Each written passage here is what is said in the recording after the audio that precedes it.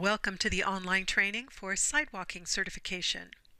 A sidewalker's number one responsibility is the student's safety. The sidewalker may also assist in keeping the student balanced on the horse, helping the student understand and follow the instructor's directions. Because of the important nature of this position and the high demand it entails, sidewalkers must be 14 years or older, be able to stay focused on the student throughout the entire lesson, and demonstrate the maturity needed to listen, take suggestions, and handle emergencies. In preparing to work with a student, the instructor will tell the volunteers about any special needs the student might have, what hold might be used for the student, and what goals the student is working on for that lesson.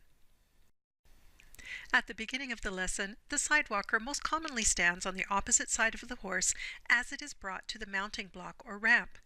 Listen carefully to the instructor and be ready to assist as needed, such as guiding the rider's leg over the horse and helping keep him safely in the saddle.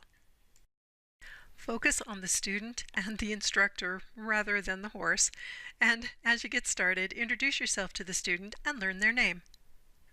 Let's learn the basic holds. The underarm hold has one hand on the shoulder and the other hand rests on the rider's knee. If the student leans forward, you can switch hands to support the front of the shoulder. For the high thigh hold, your forearm rests over the student's thigh and your hand holds onto the pad or saddle. Be careful not to lean down on the student unless they need the support. The other thigh hold is called hand to thigh. Place your hand on the thigh above the knee. In the bubble hold, create a safety bubble by placing one hand in front of the saddle and the other hand behind the saddle. For the behind the saddle hold, just place one hand on the saddle behind the student. The calf hold has one hand on their calf and the ankle hold has one hand on their ankle. There's also a buddy hold, which is no hands, but you walk directly alongside the horse by the student's knee. No matter what hold you're using, always be ready to reach out and support the rider if needed. For example, if they're leaning to reach for something, use a hand-to-thigh hold for support and safety. And always keep in contact. Stay with the rider at all times. If the student throws a toy, leave it on the ground. If the horse suddenly turns or moves, grab on and move with them. The safest place for the rider is in the saddle, so your goal is to keep them there if possible. As the lesson gets underway, based on what the instructor said about lesson goals, you may be reminding the student to sit up tall, maybe like a princess or a superhero, or keep your hands up off the horse, or to look in the direction of travel. And when helping the student to follow the instructor's directions, you might be saying, for example, "Oh, here comes the red barrel, get ready to circle it," or "We're stopping at the letter N, and 3, 2, 1, whoa," or "Which would you like to choose, the bear or the dog?" Or "Remember how to make your horse go? Ready, set, walk on." A student might be tasked with reaching down to a barrel for an object, or stretch to reach for it far in front, or to the back, or twist across with an opposite hand. And if they're taking the toy for a ride, they will often tuck it in the seat belt, which is just under the front of the saddle. After you've stopped at a barrel and there's no room to move forward, simply move the barrel with your outside hand so you can keep your hold on the student. Whatever fun the instructor has planned for class, the two things to always remember are: 1, unless it's a safety issue, always give the student time to process the instructions before helping them or before repeating the instruction. And it's great to chat with students, particularly if be verbal is one of their goals, but it's most important for everyone to pay attention to what the instructor is saying, so be sure to give that first priority. If you ever feel unsafe or if your student has a problem, tell the lead walker to stop and inform the instructor. The 3 C's of safety are to stay calm, be confident, and communicate. Always let the lead walker know if you notice anything unusual during the class.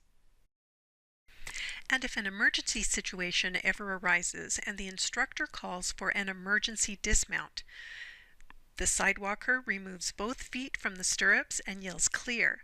Then slide your arms under the student's arms and spoon the student to your chest. Then pull the rider off and away from the horse, letting him glide down your body to the ground. And it looks like this. Slide your arms under, spoon to your chest, and glide the student to the ground. And remember, only do this when the instructor has called for an emergency dismount.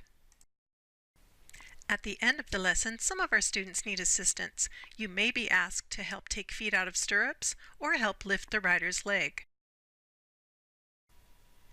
Students may also dismount in the ring, but regardless of where, students must always wait to dismount until the instructor is beside them. Your job is to help them wait and then walk the student back safely out of the ring. If there is more than one sidewalker, introduce yourselves to each other and decide who will be the primary sidewalker and who will dismount the rider in the event of an emergency. The primary sidewalker will talk to and help the student listen to the instructor. The secondary sidewalker will assist to make sure the rider is balanced and safe, and then give appropriate praise and encouragement. And now it's your turn to play Spot the Mistakes. How many can you find in this following video?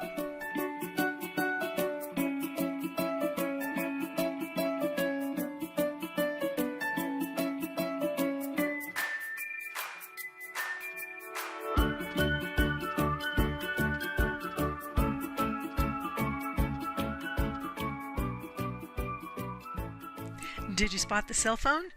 Volunteers should never bring their phones into the arena, and you should avoid chatting with others during a lesson because that takes your focus away from the rider's safety. Leaning on a horse, particularly with your elbow, might be more comfortable for you, but it's very uncomfortable for the horse. And never leave the rider during the lesson unless the instructor has given you permission. That completes our online training. Please go back and review this video as many times as you'd like, and then take the online quiz.